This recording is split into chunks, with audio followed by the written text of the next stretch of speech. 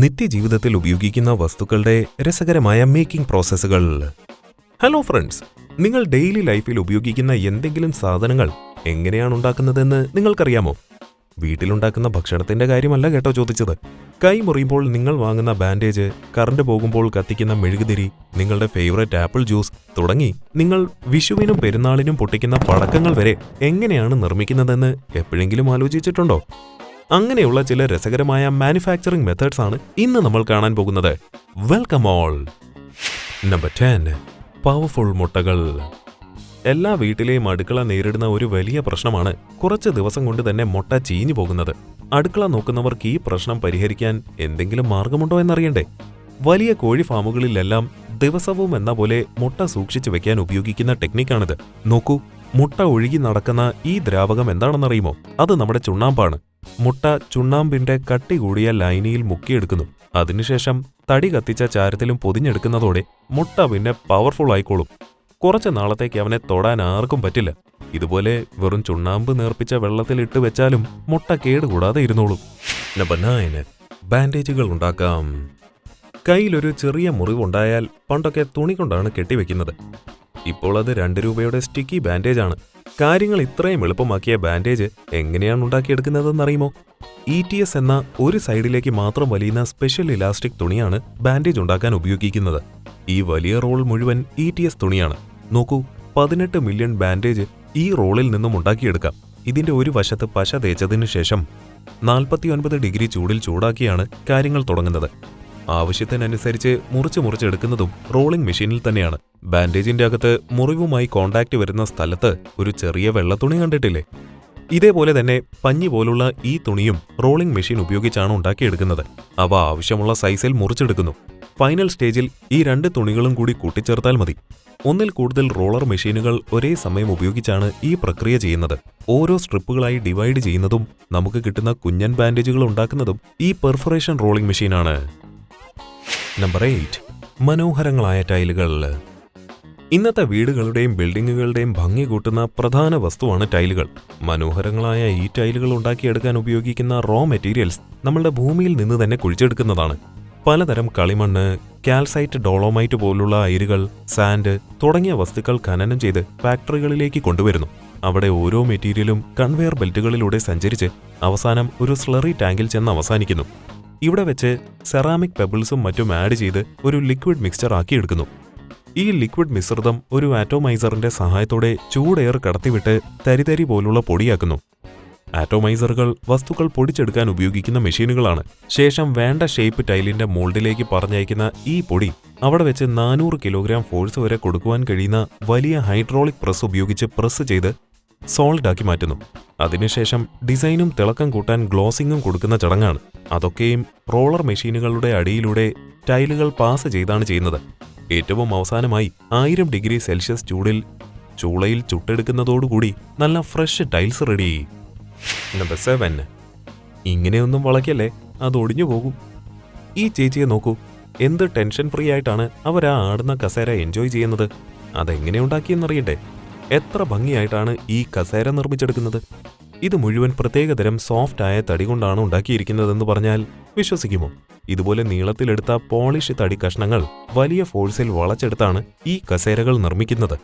തടി ഇങ്ങനെയൊക്കെ വളയ്ക്കാൻ പറ്റുമോ? ഇതുപോലെ മുള വളച്ചുണ്ടാക്കിയ കസേരകൾ നിങ്ങൾ കണ്ടിട്ടുണ്ടാകുമല്ലോ. നമ്പർ 6, ഒരു ഇഞ്ചക്ഷൻ എടുത്താലോ? ഇഞ്ചക്ഷൻ എടുക്കാൻ പേടിയുള്ളവരാണല്ലോ മിക്കവരും. ഈ സിറിഞ്ച് എങ്ങനെയാണ് ഉണ്ടാക്കുന്നതെന്ന് ആലോചിച്ചിട്ടുണ്ടോ? വരൂ, നമുക്ക് സിറിഞ്ച് ഫാക്ടറിയുടെ ഉള്ളിലേക്ക് പോകാം. ഓരോ സിറിഞ്ചിനും 2 ഭാഗമാണുള്ളത്. അതിന്റെ മരുന്ന് നിറയ്ക്കുന്ന പ്ലാസ്റ്റിക് ഭാഗം അഥവാ ബാരൽ, പിന്നെ സൂചിയും. പ്ലാസ്റ്റിക് നന്നായി പൊടിച്ച് ഉയർന്ന ചൂടിൽ പ്രോസസ്സ് ചെയ്തതിനു ശേഷം മോൾഡിലേക്ക് ഫീഡ് ചെയ്യുകയാണ് ആദ്യ സ്റ്റെപ്പ്. ഈ മോൾഡിംഗ് മെഷീൻ ബാരലിന്റെ ഷേപ്പും അളവും കൃത്യമാക്കി ഓരോ ബാരലും മോൾഡ് ചെയ്തെടുക്കുന്നു. അതുപോലെ തന്നെ സിറിഞ്ചിന്റെ അകത്ത് നമ്മൾ പുഷ് ചെയ്യാൻ ഉപയോഗിക്കുന്ന പ്ലഞ്ചറും മോൾഡ് ചെയ്തെടുക്കുന്നു. അടുത്ത സ്റ്റെപ്പ് പ്രിന്റിംഗ് ആണ്. ബാരലിന്റെ പുറത്ത് അളവ് മാർക്ക് ചെയ്യുന്ന സ്കെയിൽ റോളർ മെഷീനുകളുടെ ഇടയിലൂടെ ബാരൽ പാസ് ചെയ്യുമ്പോൾ അതിന്റെ പുറത്ത് കൃത്യമായി പ്രിന്റ് ചെയ്തെടുക്കുന്നു. ബാരലിന്റെ അറ്റത്ത് നീഡിൽ ഫിക്സ് ചെയ്യാനുള്ള റബ്ബർ ബുഷും ഇങ്ങനെ തന്നെ മോൾഡ് ചെയ്തുണ്ടാക്കിയെടുക്കുന്നു. ഇനിയാണ് നീഡിൽ നിർമ്മിക്കേണ്ടത്. ഒരു സിറിഞ്ചിന്റെ ഏറ്റവും പ്രധാനപ്പെട്ട ഭാഗമാണ് നീഡിൽ. അറ്റം പ്രത്യേക ഷേപ്പിലുള്ള ഹോളോ ആയ ഒരു സ്റ്റീൽ കമ്പിയാണ് ഈ നീഡിൽ. വലിയ സ്റ്റീൽ ബാറുകളിൽ നിന്നാണ് സൂചി മുറിച്ചെടുക്കുന്നത്. ഇതിനായി പല സ്റ്റേജുകളിൽ പലതരം കട്ടിംഗ് മെഷീനുകളാണ് ഉപയോഗിക്കുന്നത്. ഫൈനലി ഏറ്റവും ചെറിയ പീസുകളായി മുറിച്ചെടുത്ത സൂചികൾ ആന്റിസെപ്റ്റിക് അണുനാശിനിയിൽ മുക്കി സാനിറ്റൈസ് ചെയ്തെടുക്കുന്നു. ഉപയോഗിക്കുന്നവർക്ക് യാതൊരു ഇൻഫെക്ഷനും വരാതിരിക്കാനാണ് ഇങ്ങനെ ചെയ്യുന്നത്. നമ്പർ 5. വാഴ നാപ്കിൻ. നമ്മൾ വേസ്റ്റ് ആക്കി കളയുന്ന പല സാധനങ്ങളും വലിയ ഉപയോഗമൂല്യമുള്ള വസ്തുക്കളാണെന്നറിയുമോ? ഇങ്ങനെ കൃഷിയിടത്തിൽ വെറുതെ വെട്ടിക്കളയുന്ന വാഴത്തണ്ടുകൾ കൊണ്ടും ഒരു ഉഗ്രൻ പ്രൊഡക്റ്റ് തന്നെ ഉണ്ടാക്കാമെന്ന് തെളിയിച്ചിരിക്കുകയാണ് ഗുജറാത്തിലെ സാത്തി ഫാക്ടറി. സ്ത്രീകൾ ഏറ്റവും കൂടുതൽ ഇന്ന് ലോകത്ത് ഉപയോഗിക്കുന്ന സാധനമാണ് സാനിറ്ററി പാഡുകൾ. വാഴത്തണ്ട് അതീവ ശ്രദ്ധയോടെ പ്രോസസ്സ് ചെയ്ത് അടിപൊളി നാപ്കിനുകളാക്കിയെടുക്കുവാനുള്ള ടെക്നോളജിയാണ് ഇവർ വികസിപ്പിച്ചെടുത്തത്. വാഴത്തണ്ടുകൾ കീറി അതിൽ നിന്നും ഫൈബർ കയർ പോലെ പിരിച്ചെടുക്കുന്നു. ഇതിൽ നിന്നും വേസ്റ്റും ജലവും റിമൂവ് ചെയ്ത് വൃത്തിയായ റോളർ മെഷീനുകൾ കൊണ്ട് നാരുകൾ ഉണ്ടാക്കിയെടുക്കുന്നു. ശേഷം ഈ നാരുകൾ ഉണക്കി അത് മുറിച്ച് പൊടിയാക്കി വലിയ പ്രഷർ കൊടുത്ത് പഞ്ഞി പോലുള്ള വസ്തുവാക്കിയെടുക്കുന്നു. നോക്കൂ, ഒറിജിനൽ പഞ്ഞി പോലെ തന്നെയില്ലേ? ഇത് നമ്മുടെ വാഴത്തണ്ടിൽ നിന്നും ഉണ്ടാക്കിയെടുത്തതാണെന്ന് പറഞ്ഞാൽ ആരെങ്കിലും വിശ്വസിക്കുമോ?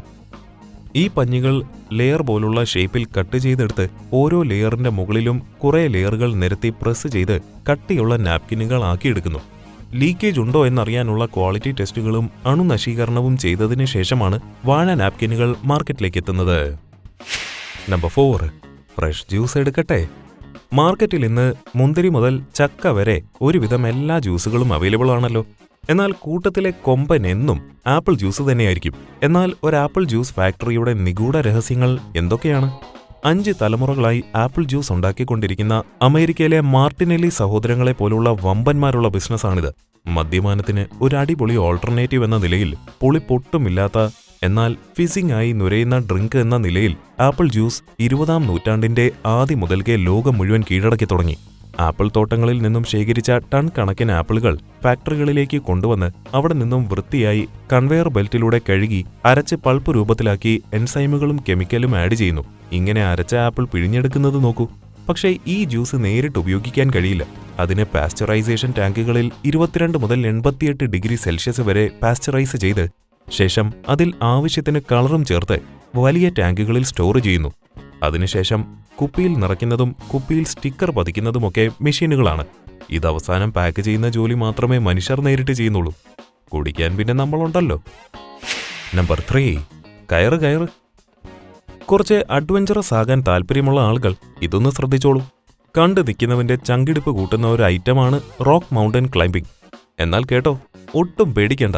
ഈ കയറുകൾ ഡബിൾ സ്ട്രോങ്ങാ. കാരണം ക്ലൈംബിംഗ് റോപ്പുകൾ ഉണ്ടാക്കുന്നത് അത്രയും സൂക്ഷ്മവും ശാസ്ത്രീയവുമായിട്ടാണ്. നൈലോൺ എന്ന പോളിമർ കൊണ്ടാണ് ഇവ നിർമ്മിക്കുന്നത്. അതും നൈലോണിന്റെ നേർത്ത നൂലുകൾ ചേർത്ത് ആദ്യം ഒരു ബേസിക് ചരടുണ്ടാക്കുന്നു. യാൺ എന്നാണ് ഈ ചരടിന് പറയുന്നത്. ഈ യാണിന്റെ ഒരു ഭാഗം ഇടത്തേക്കും മറ്റേ ഭാഗം വലത്തേക്കും ട്വിസ്റ്റ് ചെയ്യുന്നതാണ് അടുത്ത സ്റ്റെപ്പ്. ഇങ്ങനെ ട്വിസ്റ്റ് ചെയ്യുമ്പോഴാണ് യാൺ കൂടുതൽ സ്ട്രോങ് ആകുന്നത്. ഇങ്ങനെ ഉണ്ടാക്കിയ യാണുകൾ ചൂടും പ്രഷറും ഹ്യൂമിഡിറ്റിയും കൊടുത്ത് ചുരുക്കി ഫൈനൽ സ്റ്റേജായ ബ്രീഡിംഗ് മെഷീനിലേക്ക് പറഞ്ഞയക്കുന്നു. ഒരേ സമയം 1-ലധികം കാരിയർ മെഷീനുകൾ ഈ യാൺ ചുരുളുകളെ വട്ടത്തിൽ ഇതുപോലെ സ്പീഡിൽ കറക്കി കയറാക്കി എടുക്കുന്നു. ബ്രീഡിംഗ് മെഷീനിന്റെ മുകളിലൂടെ ഫിനിഷ്ഡ് കയർ പുറത്തേക്ക് വരുന്നു. ഈ കാരിയർ മെഷീനുകളുടെ കറക്കത്തിന്റെ സ്പീഡും അവ അലൈൻ ചെയ്തിരിക്കുന്ന ആംഗിളും വ്യത്യാസപ്പെടുത്തി കയറിന്റെ സ്ട്രെങ്തും മാറ്റാൻ കഴിയും. വെള്ളത്തിന്റെ ശല്യം ഒഴിവാക്കാൻ വാട്ടർ റിപ്പല്ലിംഗ് ട്രീറ്റ്മെന്റ് കൂടി കൊടുക്കുമ്പോൾ നമ്മുടെ double strong climbing rope ready. Number 2. എരിഞ്ഞു പോകും. ആവശ്യമുള്ളപ്പോൾ നിങ്ങൾ ഇവനെ കത്തിച്ചു കളയും. ആള് മറ്റാരുമല്ല, മെഴുകുതിരി തന്നെ. സാധാരണ കോട്ടൺ നൂലുകൾ ചൂട് മെഴുകിൽ മുക്കിയെടുക്കുന്നതാണ് മെഴുകുതിരിയുടെ തിരി. ഈ ചരട് പിന്നെ ഒരു കൂളിംഗ് ഡ്രമ്മിന്റെ മുകളിലൂടെ ചുറ്റിക്കുമ്പോൾ മെഴുക് കട്ടിയായി ചരടിനും കട്ടി കൂടുന്നു. മെഴുകുതിരികൾ ഉണ്ടാക്കിയെടുക്കുവാൻ വേണ്ടി വലിയ ടാങ്കുകളിൽ സൂക്ഷിച്ചിരിക്കുന്ന ഉരുകിയ മെഴുക് സ്പ്രിംഗ്ലറുകൾ ഉപയോഗിച്ച് മുകളിലേക്ക് സ്പ്രേ ചെയ്യുന്നു. തണുത്ത എയറുമായി കോണ്ടാക്ട് വരുന്നതോടെ മെഴുക് പ്രസിപ്പിറ്റേറ്റ് ചെയ്ത് താഴേക്ക് വീഴുന്നു. ഇത് പിന്നെ ടെമ്പറേച്ചർ 25 ഡിഗ്രി സെൽഷ്യസ് ആയ ഒരു പ്രസ്സിംഗ് മെഷീൻ ഉപയോഗിച്ച് പ്രസ് ചെയ്ത് മെഴുകുതിരിയുടെ ഷേപ്പാക്കിയെടുക്കുന്നു. ഇവിടെ തന്നെ തിരിയിടാൻ ഒത്ത നടുക്കൂടെ തന്നെ ഒരു തുളച്ച് തിരിയിടാൻ വേണ്ടി മെഴുകുതിരികൾ കറങ്ങുന്ന ഒരു വിക്കിംഗ് മെഷീനിലേക്ക് ഫീഡ് ചെയ്യുന്നു. സംഭവം റെഡി. നമ്പർ 1. പൂരപ്പറമ്പിലെ അത്ഭുതാകാശം. ഗഡിയോളെ, നിങ്ങൾ തൃശൂർ പൂരം വെടിക്കെട്ട് കണ്ടിട്ടുണ്ടാ? ഇന്ന് ആകാശത്ത് താജ്മഹൽ വരെ പണിയാൻ കഴിയുന്ന ചൈനീസ് വെടിക്കെട്ടുകളാണ് കൂടുതൽ. എങ്ങനെയാണ് ഇത്രയും മനോഹരമായ ഈ വസ്തുക്കൾ ഉണ്ടാക്കുന്നത്? പേപ്പർ കൊണ്ടാണ് എല്ലാത്തിന്റെയും പുറംമൂടി ഉണ്ടാക്കിയെടുക്കുന്നത്. സ്ലോട്ടർ മെഷീനുകളിലേക്ക് ഈ പുറം കട്ടികൾ കൃത്യമായി ഫീഡ് ചെയ്ത് മുറിച്ചെടുത്ത് അവ പ്ലേറ്റിലേക്ക് നിരത്തി വെക്കുന്നു. അടുക്കി വെക്കുന്ന ഈ ചുവന്ന കപ്പുകളെല്ലാം പിന്നീട് വെടിമരുന്ന് നിറയ്ക്കാനുള്ളവയാണ്. ഇതുപോലെ ഏത് ഷേപ്പിലേക്ക് വേണമെങ്കിലും, അത് കോൺ ഷേപ്പോ സിലിണ്ടർ ഷേപ്പോ എന്തുമായിക്കോട്ടെ, മെഷീനുകൾ ഉപയോഗിച്ച് പേപ്പർ പശ തേച്ചുണ്ടാക്കിയെടുക്കാവുന്നതാണ്. സ്പിയർ ഷേപ്പിലുള്ള വലിയ ഗുണ്ടുകളൊക്കെ സൈക്കിൾ വീല് പോലെ വട്ടത്തിൽ കറങ്ങുന്ന മെഷീൻ ഉപയോഗിച്ച് കുറേ തവണ പേപ്പർ പ്ലാസ്റ്റർ കണക്കിനൊട്ടിച്ചാണ് ഉണ്ടാക്കുന്നത്. എല്ലാവർക്കും ഏറ്റവും ഫേവറേറ്റ് ആണല്ലോ കമ്പിത്തിരി. ഇതുണ്ടാക്കിയെടുക്കാൻ വലിയ പാടൊന്നുമില്ല. പൂർണ്ണമായും ഹാൻഡ് മെയ്ഡ് ആയിട്ടാണ് ഇതിന്റെ നിർമ്മാണം. ടാങ്കിൽ ലിക്വിഡ് ആക്കിയ വെടിമരുന്നിലേക്ക് ഒരു പ്ലേറ്റിൽ കുത്തിവെച്ചിരിക്കുന്ന കമ്പികൾ മുക്കിയെടുത്താൽ മതി. ഇങ്ങനെ മുക്കിയെടുത്ത കമ്പികൾ വെയിലത്ത് വെച്ച് ഉണക്കിയെടുത്താൽ മതി. നമ്മൾ കാണുന്ന ഷേപ്പ് മാത്രമല്ല, മറ്റേത് ഷേപ്പിലേക്കും കമ്പിത്തിരികൾ ഇതുപോലെ ഉണ്ടാക്കിയെടുക്കാം. ഇന്നത്തെ കാഴ്ചകൾ ഇഷ്ടമായല്ലോ? മറ്റു കാഴ്ചകൾ കാണാൻ ചാനൽ ഒന്ന് വിസിറ്റ് ചെയ്തേക്കണേ. കൂടുതൽ വിശേഷങ്ങളുമായി വീണ്ടും വരാം. അതുവരേക്കും see you soon.